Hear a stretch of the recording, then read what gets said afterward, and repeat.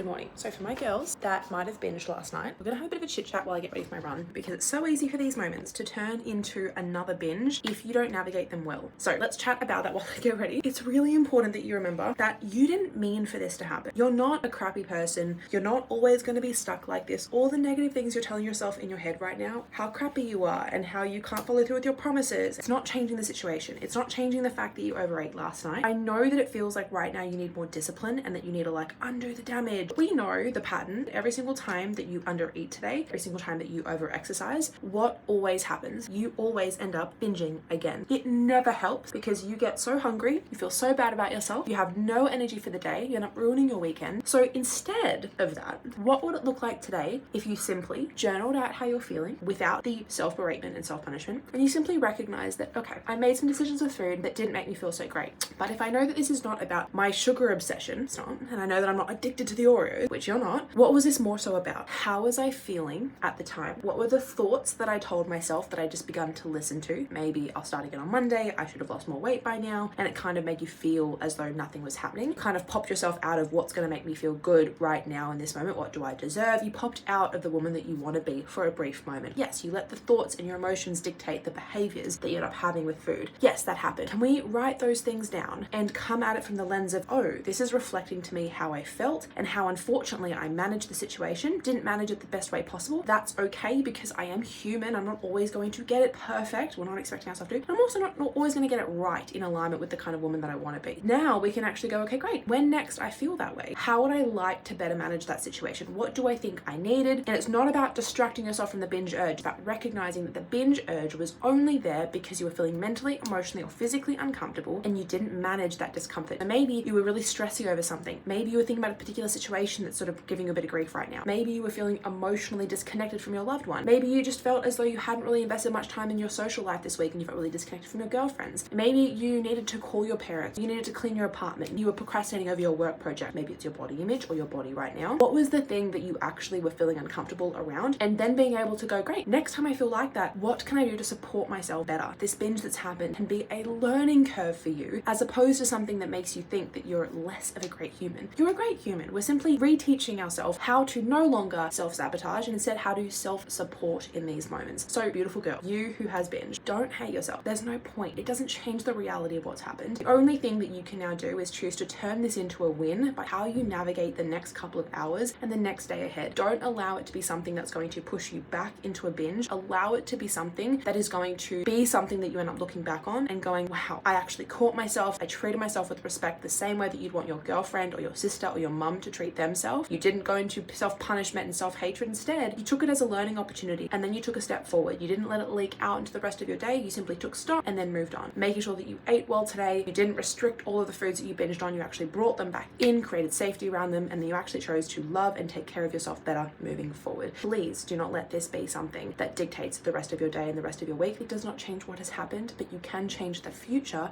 based on how you navigate the present.